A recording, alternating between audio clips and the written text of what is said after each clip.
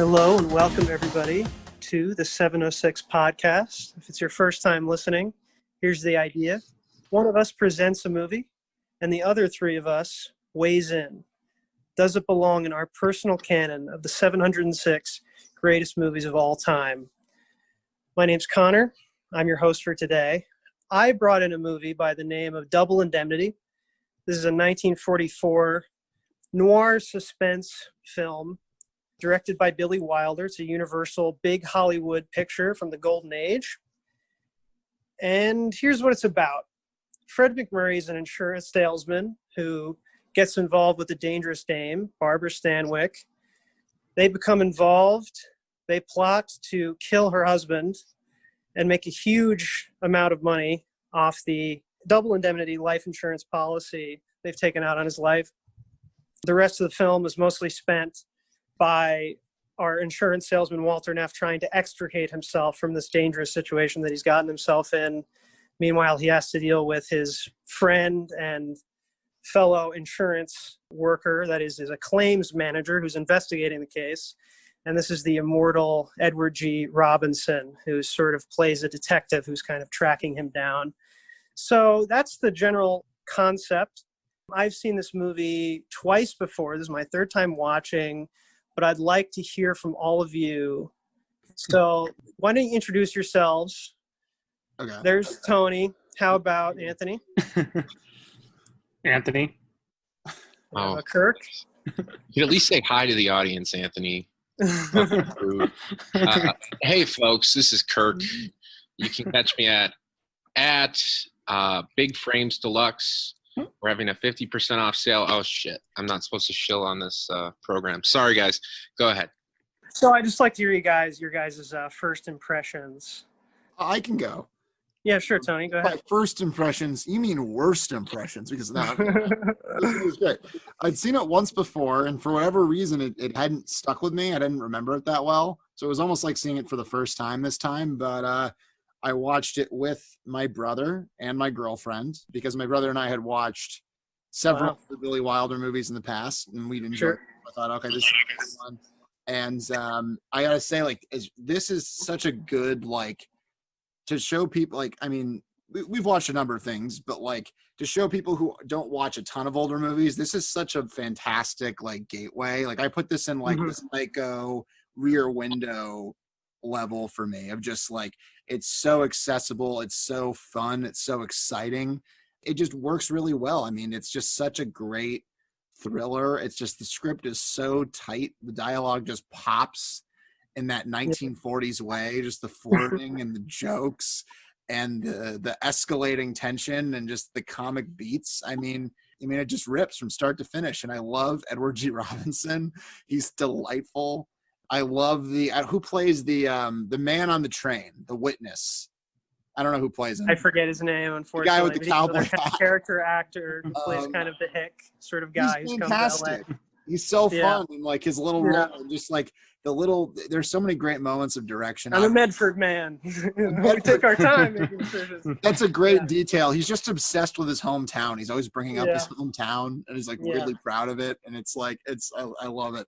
And just there's so many great moments of direction. Obviously, you've got the really slow, carefully composed camera moves, and the really stark noir lighting, and these gorgeous, timeless compositions. But moments of reactions, where Neff is just they're oh, there was a wreck in the case, and he's oh, and it just in his eyes, and just sort of the sociopathic gears turning, and just I don't know. I mean, this is a cold, heartless movie, but it's full of delightful scenes and gags and twists, and it's just a big Hollywood classic, and I think everyone would enjoy it.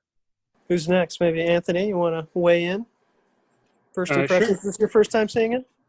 No, I've seen this a few times before. So this is, I think, my fourth time seeing it. It's a pretty good movie. I wouldn't say it's my favorite of the genre, which I would much prefer, I think, over, in a sense, if for comparison's sake, something like Kiss Me Deadly, Out of the Past, Strangers on a Train, or Detour. Those all tend to work a little bit better for me for a number of reasons. And I think Tony hit on the good points. That Raymond Chandler script, a lot of the great dialogue taken straight from James and Cain's novel, which is also fantastic in its own right. But I think when it comes down to the movie for me, is the thing that a lot of people, not necessarily you three, but a lot of people I've talked to over the years with this movie, that most fascinates them is actually the thing I find least fascinating about the movie, which is Phyllis Wheatley's, Barbara Stanwyck's character, her femme fatale portrayal, which I find interesting in the beginning, but ultimately I view as her sort of this kind of intermediating presence between Edward G. Robinson and Fred McMurray's characters and their sort of repressed homosocial, bordering on homosexual relationship between those two. The sort of innuendo shots repeatedly of him lighting the cigarette, the kind of innuendo of the little man, all these sort of classic token lines from film noir about, homosexuality or even bisexuality, you'd say. So I always find their scenes actually the most electric in the film, with the exception, of course, of, Barbara Stanwyck's I'm Rotten to the Core line, which is, I think, the highlight of the movie. But yeah, throughout the movie, I'm always so fascinated when Edward G. Robinson and Fred McMurray are just cat and mousing each other, and how, sorry, I should say their actual characters' names, but Walter Neff is finally able to sort of get this guy's attention by pulling off the murder so perfectly, and then just having to give it up because it's the only way to keep that attention there by the end, is what I really find fascinating about the movie. I don't know if anyone else had that reading, but that's how I see it. Yeah. And Kirk? You repeat that last point, Anthony? I'm sorry, I missed that. Just the sort of part about how Walter Neff has to sort of keep up this game and ultimately has to kind of fail at it to keep this sort of guy's attention. There's no way you could keep in this sort of game of cat and mouse of sexual repression, sexual game. There's no way you could keep it up without finally give it in, because that's just who the detective, that's just who Edward G. Robinson's character is, someone who has to solve it. Okay, fair enough. Yeah, no, I just got to get into character for a second. Now, listen here, see, I don't want you twisted sideways on the toes. We got a jam on the 405, and I'm going up to Figueroa, and I'm going to find out the perp. And we're going to go downtown. We're going to talk between the bars, if you know what I mean. Maybe have an olive. That was really good. Martini. No, I'm sorry. That's the first thing that jumps out to me. Maybe I'm just a dumbass, right? But why? Why do you have to talk that way? I'm crazy about you, baby. I mean, what the fuck are you doing? Can somebody explain the evolution of that affectation to me? Because I'm too stupid to understand its purpose. It's supposed to add some sort of drama or like this cloak of coolness. But, I'm one where my brain kind of locks in on certain aspects of films and just becomes progressively more annoyed by them. And, I found the film enjoyable. I would say the second act is way stronger, or, the second half is way stronger than the first half to me. First half kind of drags. There's a budding love interest. It's forbidden. It's dangerous, of course. And there's a mix there of how do we separate ourselves from this crime, but keep ourselves together? How can we live with ourselves? It's foreshadowed in the beginning, but gets explored at the end, which I like. And yeah, I think it's very clever. I think the supporting character, who was Edward G. Robinson, who I loved in Soylent Green, by the way, he really stood out to me. I wasn't so hot on the leading man, Fred McMurray, for reasons I've kind of emphatically expressed. Barbara Stanwyck, she was suitable, and yeah, I think this movie was captivating. It was accessible, like Tony mentioned. I think you can look at some of the psychosexual elements that Anthony referenced, and there's a lot of room to dig there. For many people, these watching a classic, right, watching a black and white film, it's kind of it speaks to them in a certain way. It evokes a certain aesthetic that is pleasing to them, and that fills their experience with an aura of history, repression, but repression as well, and then just kind of looking at the progenitors in the industry and more able to appreciate that. To me, it's kind of a burden, and it's something that has to be overcome throughout the film. And I think this movie did that, so I would give it credit for that. What was the burden, Kirk? To me, just its age is a burden. Sure. Yeah. And I know that perhaps that's not a popular or enlightened thing to say. We're supposed to give this movie extra credit because it's so old. But if I'm watching a movie and it's between an older movie and perhaps a more, a newer movie that has better effects, perhaps better writing, not as anachronistic, and it's a depiction of women and relationships, I might choose the newer movie because I'm not necessarily interested in like the historical aspect as much as you cinephiles are. So that being said, I was sufficiently pleased by how this movie related to me in 2020, and it was a captivating adventure. I wasn't bored out of my mind. I didn't think it dragged too much, and so I would give it credit for that. And perhaps I'm throwing out a lot of accusations about old films, but I am curious, I guess, and maybe we can get into it later, like what you guys go into when you watch an older film, and if you really want to examine like what your expectations are for older films and those classics, and if your standards are adjusted because of that, they must be. Anyways, Kirk, I just want to say if this central plot of like two characters have a relationship and they seek out to do something violent, something bad they can't take back, and that's the first half of the movie. And then the second half of the movie deals with the fallout from that action. There's a more modern film that I think would speak to you more, and it's called Night Moves. But check it out. Some more naturalistic performances, a little more of the pacing makes more sense. It's more deliberate and meditative. Kirk, I actually appreciate a lot of the points you made because I think that's something that most people watching this movie in 2020 would have a similar reaction. I think they would enjoy it, as you say, you enjoyed it, but that is a hurdle for a lot of people. I'm a movie populist, folks. I think as far as the performances, as far as the vocal delivery of the actors, that's very much just like acting only became more naturalistic in like the 1960s, like with people like Brando and that kind of like James Dean and that generation of actors helped create kind of what we expect out of film acting today. And back in the 1940s and earlier, it was much more, in the early days, it was like basically theater acting.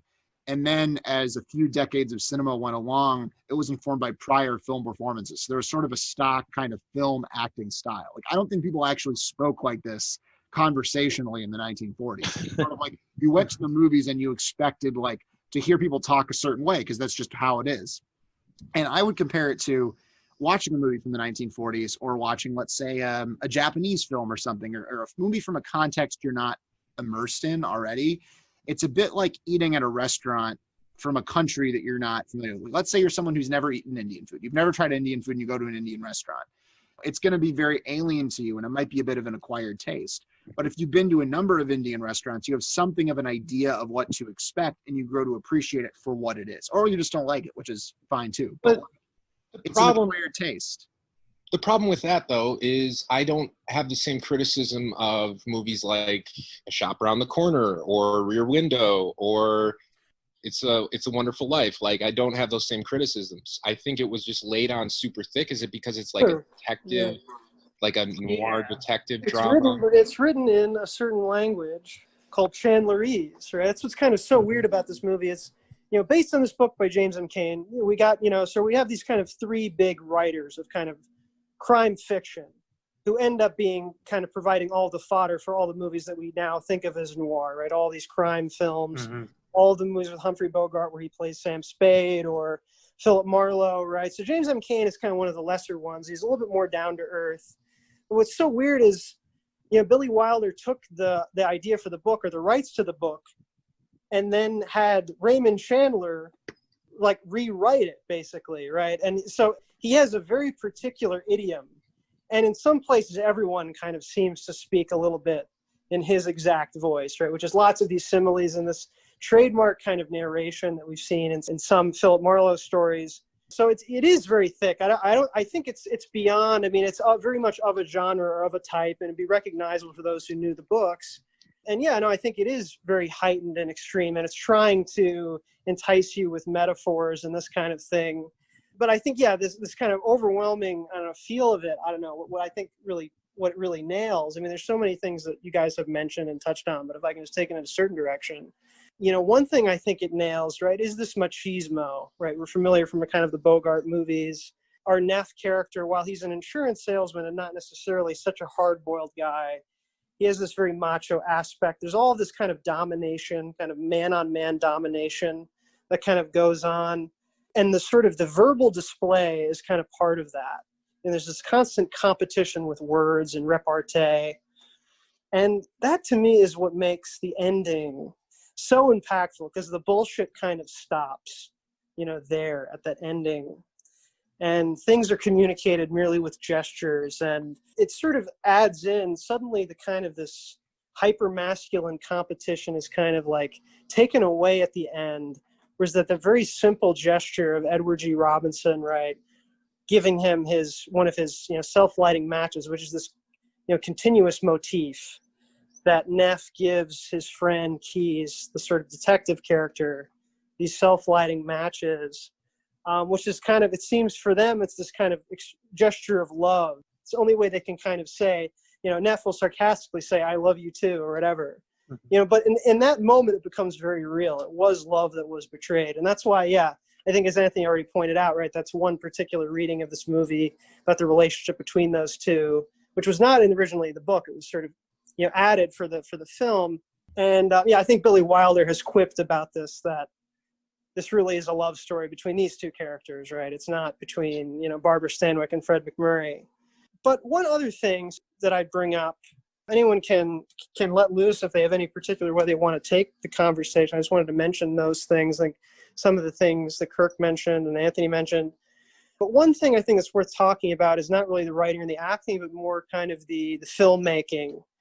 This is a movie that's very, the sort of the visual aspect of the movie, which has been remarked upon a lot. This kind of is a little bit, serves as kind of a cliche reference for the noir style, lots of shadows. People throw out that it's inspired by, German expressionism and sorry, the word was escaping me for a moment. What did you guys think about the visual side of the movie? Did it strike you? Did it, engross you? Did it not? Did it, or did you even really notice it on top of all of the really Chandlerese dialogue? I think it's weird. It's interesting because I think if you know sort of what's coming before and what's coming after, it almost feels incomplete. It's not quite so impressionistic or exaggerative as like those earlier like silent films in particular.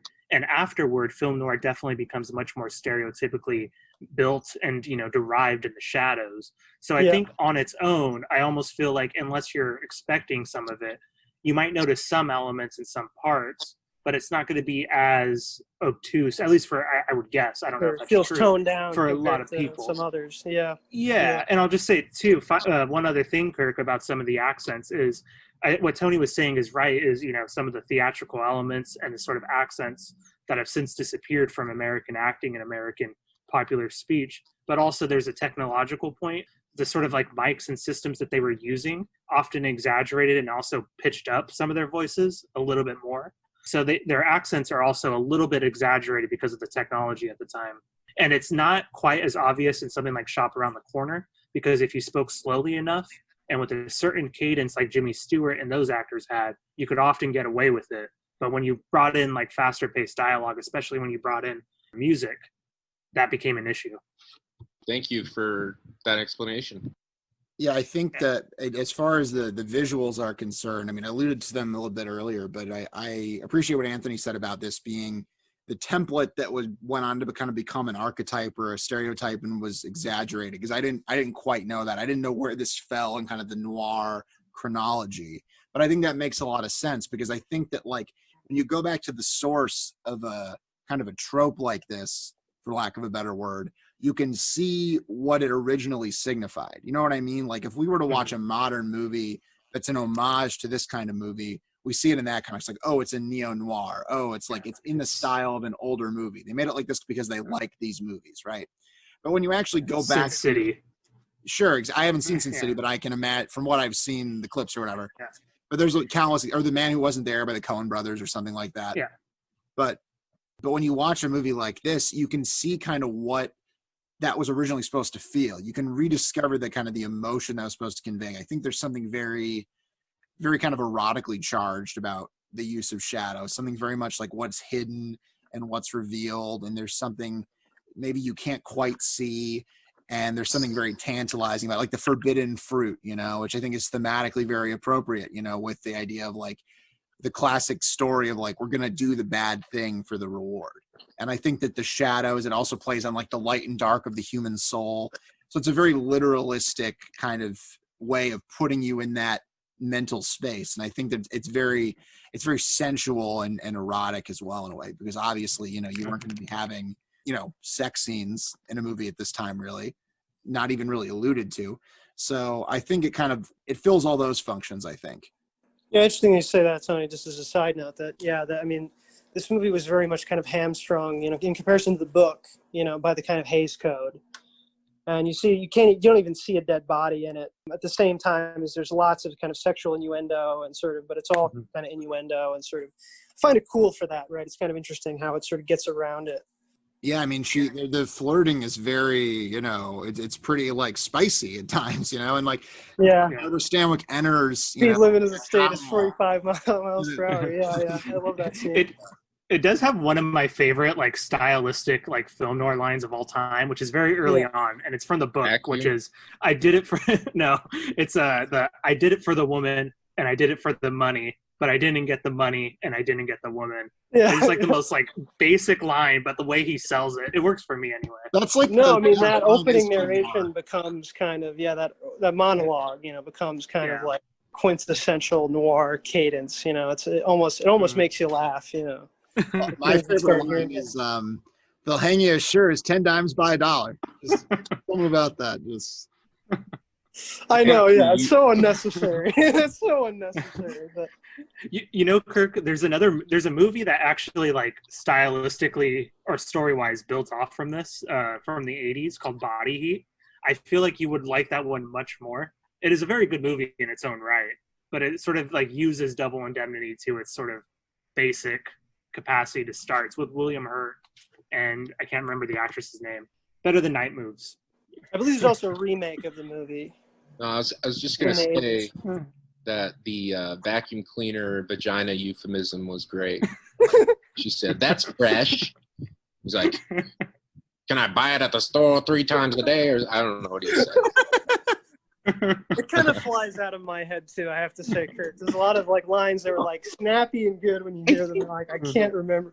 There was something, he says like, "Oh, I could, take the vacuum cleaner around for a spin or something." I don't know. Yeah. It's about the maid not being home, right? So, so there's already this, right? Instantly he seizes on that tension, right? What that means. Yeah. Every innuendo is kind of exploited. It has this very... My beer's not broken. I think the witticisms and the banter, there's a dual purpose there. And I think the more surface level thing for me is that there's some annoyance and some immersion breaking, but ultimately it does serve to move the story along, and it kind of captivates the mind. And it's like, these little tricks that are played continually that draw you in and allow you to see kind of the drama unfold in greater contrast, at least for me. So I can appreciate the Chandlerese, as you said. I just wish it weren't so thick. It wasn't so thick, but that's okay, especially with this movie, I guess, being a prototype or a progenitor in the genre, kind of genre defining. Things have to start somewhere. So, and seeing that I should have recognized that it is adapted from a crime fiction, right?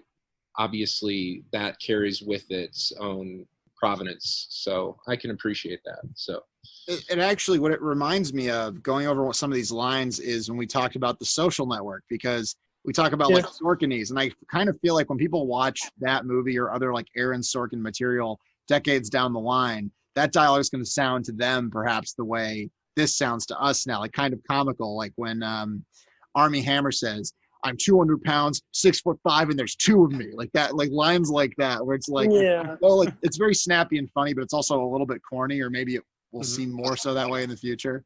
So I think that's still a thing. You know, snappy, quick banter is very much like alive and well in certain areas.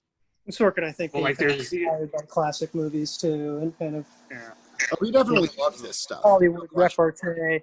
Yeah. also more famously like Gilmore Girls. You know, like their scripts were literally like 3 times, 4 times as long as typical TV episode scripts, but they were actually modeling off like film noir and Howard Hawks. Okay. It's like their claim. No, and just one more thing before we wrap up here. You know, again, that ending, you know, I love how it kind of undercuts. It kind of uses this Chandler-esque sort of thing and finally kind of flips it on its head a little bit with those final lines. Fred McMurray in the classic noir, you know, patter. I was closer than you thought, Keys, you know. I was the man sitting across the desk from you. And then Edward G. Robinson just says, closer than that, Walter. I can't quite do his delivery, but there's just this little bit of hurt in it and just kind of world-wise bitterness and just that simple closer than that, Walter, you know, and this that has that, there's the sincerity that rings through at that very moment. You know, that I don't know, kind of it's such an important contrast that really for me it kind of makes the movie. I think that very ending, you know, it just elevates it so much. I mean, obviously I think we can say, you know, it's the suspense and all these elements playing off each other. That's probably the main, you know, kick of the movie, but that for me is just this little touch that really elevates it. But anyway, guys, let's get your final votes, your final opinions. Is this one of the 706 greatest movies of all time? Yeah, I mean, this is an easy yes. I mean, I think this is like, if we're going to have a film noir, not that we're limited to one, there's like a film noir slot, but like, I mean, this is essential. This is classic. This is a movie I think pretty much everyone can enjoy. So that's got to have a spot. Anthony? I'll say yes as well, but I'm going to reject Tony's reasoning and say that we could have other film noirs and better film noirs in the list. Sure, and I hope you suggest some, Anthony. There's a lot I haven't made it to myself. Kirk?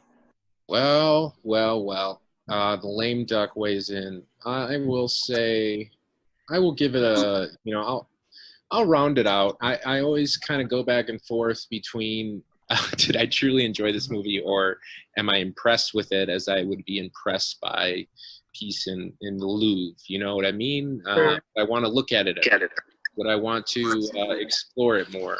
And I think there is enough there for me to see the emotional hook. And I think Connor for kind of explicating the ending there for me and kind of showing me that, you know, I was very focused on the couple. You know, I was very focused on their relationship, but as opposed to kind of the fraternal relationship that was created for us that felt, there was some tangible sorrow at the end of the movie, which kind of stayed on your tongue a little bit, which I think is pretty cool for that to still be, still have an effect 75, 80 years later. So, that's a yes for me. So. Cool. Well, thanks, guys. Oh, and that last drag on the cigarette. I think, you know, I've heard someone say about this movie that it's the greatest cigarette ad of all time, right? That last cigarette, you know, sort of, I don't know, there's something, this contemplative aspect, this kind of final exhalation. Yeah, well, thanks so much, guys. I'm really glad you enjoyed it. I had a feeling you guys would mostly like it. Certainly, it kind of stands out among the pack of kind of old Hollywood movies. It has a real appeal to it. So now, guys, we move to the second phase of the podcast where you guys suggest a movie and I get to choose what we'll be watching next episode. Who went last? I can't recall. I went least recent, so let me go last. Okay, so Anthony, being the least recent, chooses to go last. He's using an advantage to think up some ideas, some rebuttals. Who should go first? Anthony, can you put someone on the hot seat? Are either of you ready? I was going back and forth between two, but I don't know why, but I was just thinking about this movie. I kind of want to do an old favorite of Connor's and mine, at the very least. Todd Solondz. What are you shaking your head? Todd Solondz Dark Horse. This is just a great dark comedy, and It's a movie about a 30-something-year-old guy who lives with his parents, and he's just not doing great. He's just not doing well. And it's kind of a response to the like Apatow movies that were coming out at the time, like 40-Year-Old Virgin and Knocked Up. I don't know why, but I love this movie. I think it's so fun and really fascinating. All right. Well, I just want to say before I give my recommendation, I found out this morning I have stage 4 pancreatic cancer. It's not looking good, guys. You might not make it next week, Kirk. But there might be no. I think I'll make the next one. But so that's kind of my last experience on this earth. So it should be to watch Dark Horse, though. Honestly, yeah. Well, so my movie this week is one I've suggested before, but then again, that was like 4 years ago. So it's a nice not old. It's a nice, good, fun time. It's called Bronson. It's about Britain's most famous prisoner. It's just a brutal kind of ruffian who kind of a troubled upbringing, but also some influence with drugs and mental health. But it's directed by someone you might have heard of, Mr. Nicholas Winding Refn, and written by him as well. So starring Tom Hardy. Should have said that. I think this is Tom Hardy's greatest performance. If you haven't seen it, you owe it to yourself to see this movie. There's a physical aspect to this movie where Tom Hardy uses his body in a way that's almost akin to like a professional wrestler, what they do with their body. And I don't know if that kind of fell flat as I said it, but it's artistic. There's this kinetic element that makes the drama that much more brutal and the scenes that much more shocking. And so even from the first scene to the last scene, I think this is something you should see. But go ahead, Anthony. All right. So I was sort of torn over what to nominate. I thought about going with another thing from the film noir genre. Then I kind of thought about doing something like a Pedro Almodovar, since, I'm going back to a foreign language film. But I think I'm going to stick to my guns and do something that I've been wanting to nominate the last couple of weeks and finally throw out David Lynch's Blue Velvet. So. Dang, looks like a kid. Dang. I just lit up hearing that. I'll try to keep more of a poker face next time. Yeah.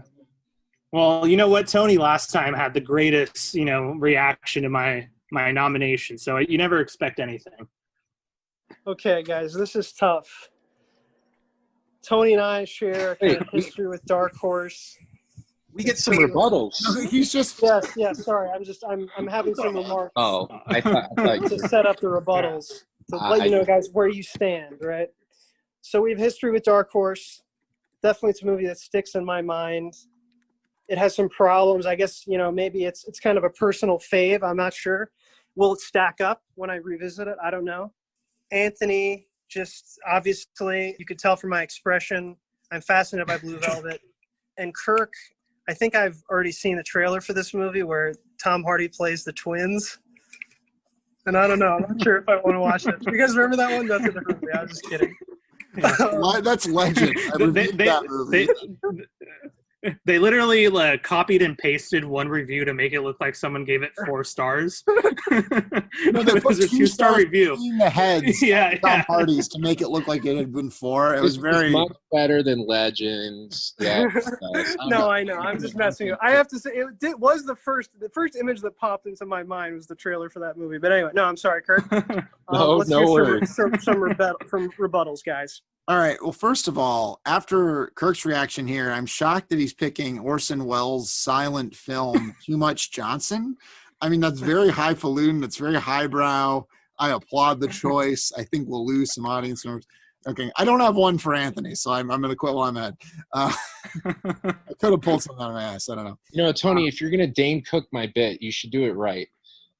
Well, Tony, your movie Dark Horse, about Trump's 2020 campaign and how he can't possibly win and he wins against all odds. It's a little on the nose, all right? We know he's got a chance. And Anthony, Blue Vulva about a woman who gets hypothermia while she skinny dips Not that far off. It's not that far off. is kind of gross.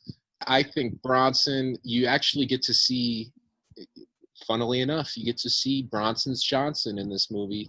You get to see Tom Hardy's dick. I don't know if that means anything to you. I'm assuming since I saw Isabella Rossellini. It means a lot. It means a lot.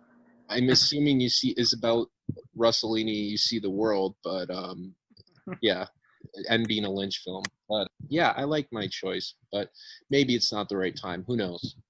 I didn't do a proper rebuttal. I've seen both of these movies. I like them both. Blue Velvet's a movie I've been meaning to revisit for a long time. Bronson, I kind of felt like once was enough, but certainly is a fascinating movie, and I'm sure we could find things to talk about.